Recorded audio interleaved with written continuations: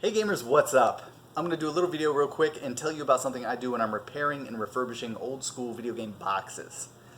This was asked of me by a customer recently, what do you do when a box is crushed or whatever? And it's something I do for some game consoles, for mainly like Super Nintendo boxes, and recently with that big 3DO lot I got a lot of those boxes, and I thought it was worth sharing. So it kind of goes back to before I had even a full-time retail store, when I had first started collecting, and I would get kind of a crunched up box in, and I would go out to I had a concrete patio, and I'd lay a towel down, I'd grab my iron from the house and put it on an extension cord, and I'd bring it outside. I'd break down the box, I'd lay it flat, I'd put another towel over top of it, and I'd take the iron once it was heated up and I'd turn off the steam setting. It would just be on the dry heat. And I would press it down on the box as hard as I could, and I'd move it around, try not to, you don't want to, I never actually burned a box or anything, but I imagine it's possible. But I would put it on there and I'd press it and I'd slide it around as best as I could, and when I pulled it off, a lot of those creases and cracks and crushes would be flattened out really well. And then I'd take it back inside while it was still hot. I'd put a stack of books on it or something heavy and just let it sit until it cooled off, a couple hours or whatever. And it would maintain its flat state. I noticed a lot of times if you didn't put it under something that it would kind of curl. So the best way I thought was to let it cool down with something heavy on it, and it would retain its flatness.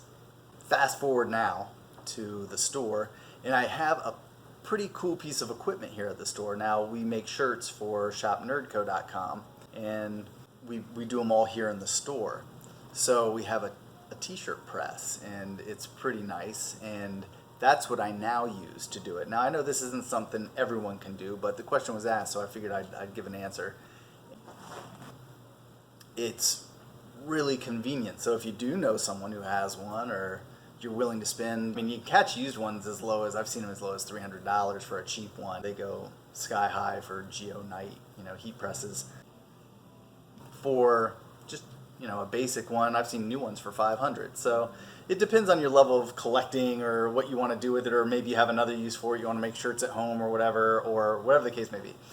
You may even know someone who has one, and if that's the case, that's awesome too.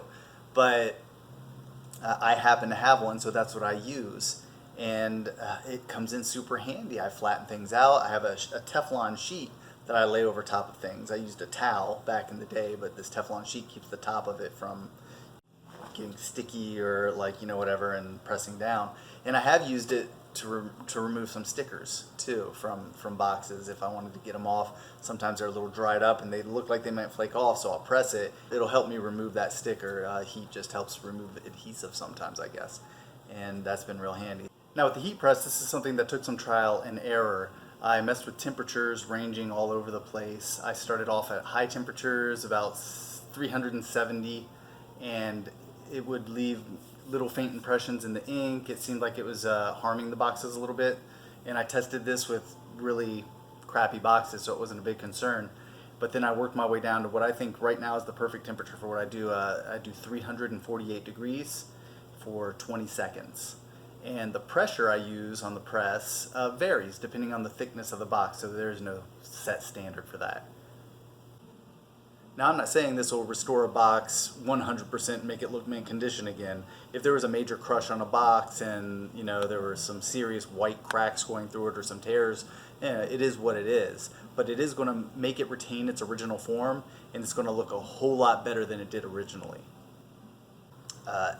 Another thing I do is, I particularly use this when the 3DO boxes I did, they were crushed, they're long, they're empty, they're hollow, and a lot of times they'll have a tendency to kind of bend back into that laying flat, original state. So I've found that on the totally hollow ones, you can put like a DVD box in there sometimes, or I'll use 2 of the Xbox One game cases. They fit 2 of them pretty much perfectly into a box, and it'll retain its form. And I'll just leave them in there so my box doesn't get crushed or whatever. And the ones, now some of them have that cardboard architecture inside that holds the jewel case in there and everything. And for those, I've found that I'll take 2 3DS boxes, I'll turn them sideways, and I'll fit them in and like the two of them don't quite make up the full length of the box, but they rest up against the cardboard that's inside that holds a jewel case. So you put your jewel case in there, and you put those two 3DS boxes in there, and the box seems to hold its form really well, and that's been super handy. Anyway, I just thought this was a cool thing that I do that works out for me, and I could show you some footage and you could see what you think. I don't think it's something everyone has access to do, but it does answer the question, and I just wanted to show you one of the little tips on what I do and how I do it. So there you go.